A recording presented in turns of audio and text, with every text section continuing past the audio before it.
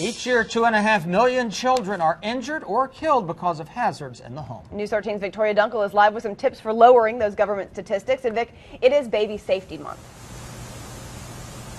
It is exactly that. The entire month is dedicated to helping bring down those numbers. 2.5 million children either injured or killed is just too high. There are some simple things we can do. We're talking about hazards in the home, and I'm actually talking to Shalane Love, who is a registered nurse, but you're also a childbirth educator here at Mission Children's Hospital, and you talk to moms and dads who are about to enter into the wonderful world of parenting.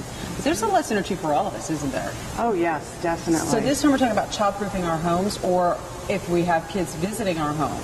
That's right. Okay. So some of the things that you can do as a parent or a grandparent is going through the home, you know, one room by room, just looking around and seeing what looks interesting.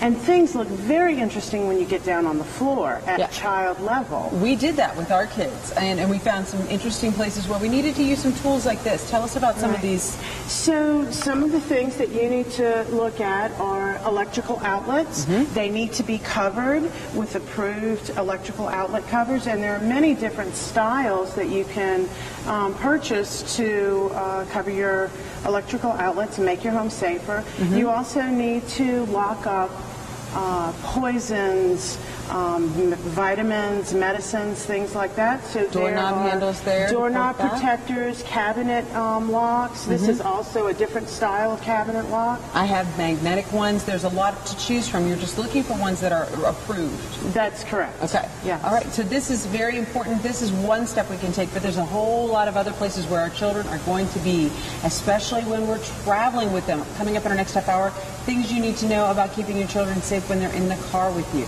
Reporting live in Asheville, Victoria Dunkel, News 13.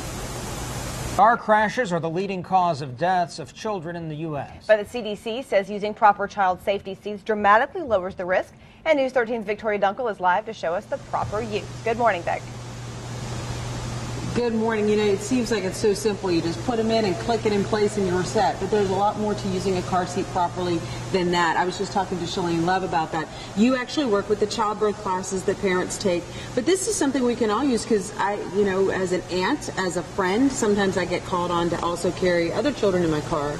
What do we need to know about keeping our kids safe when they're in the car with us? Okay, well, the first thing is to have the car seat properly installed. Your best bet for that is to take the car and the car seat into your local fire station or police station or Safe Kids chapter and have them show you how to install this car seat properly. There are rules and guidelines that really make them even safer than what you would realize. So what do we do here when we're putting baby in? Show some of the steps here. All right. So some of the most common mistakes, other than having the car seat too loose in the car initially, are things like the straps are too loose on the baby.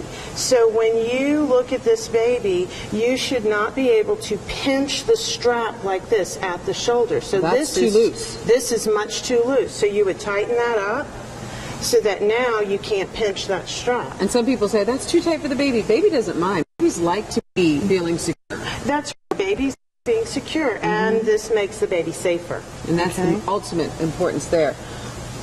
Some of the other mistakes that people will make are putting the chest clip too low. The chest clip needs to be up at baby's armpit level. And if you need to know more about these kind of guidelines and tips, there's a great link we're going to put up on news links at WLOS.com. Walks you through all of this and includes places where you can go to have these seats professionally checked out to make sure they are in safe so baby rides and is happy. Reporting live in Asheville, Victoria Dunkel, News 13.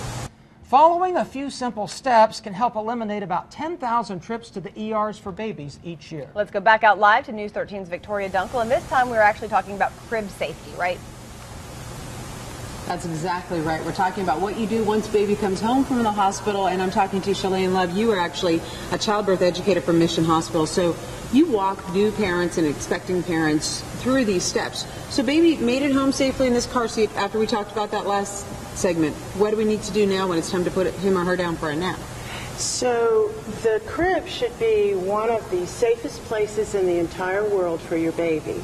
And when you put your baby down to sleep, to reduce the risk of sudden infant death syndrome, or SIDS, we put babies to sleep on their backs. Okay.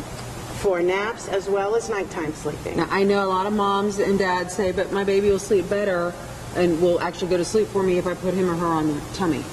The recommendations are clear that putting babies to sleep on their backs reduces the risk significantly for SIDS. Hazards in the home injure or kill 2.5 million children every year. For Child Safety Month, News 13's Victoria Dunkel is live with some tips. And Vic, we're actually talking about the baby's room now.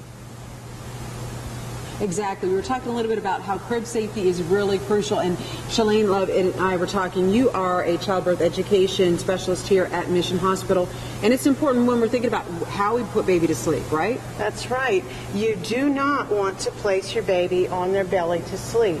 We always place babies on their back to sleep for both nighttime sleep and nap time. And that is to help cut the risk for sudden infant death syndrome, or SIDS. That's correct. Now, when we take a look at decorating the nursery, what are some things we need to keep in mind as we're looking at some video of different nurseries and cribs? So what you want to make sure of is that you have a new crib that meets current safety standards. Those standards include things like no drop sides on the crib any longer.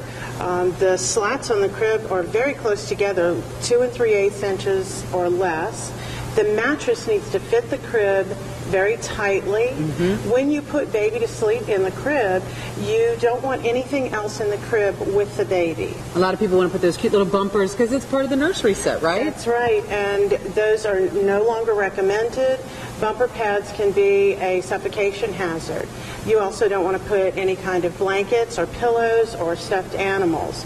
When you put your baby to sleep, they're on their back in the crib with a fitted sheet and the mattress, and that's how babies sleep. And that's a great tip and advice there. We also have a link to even more information, including what to do if you're introducing baby into a home that has a pet, or if you're introducing a pet into a home with your children.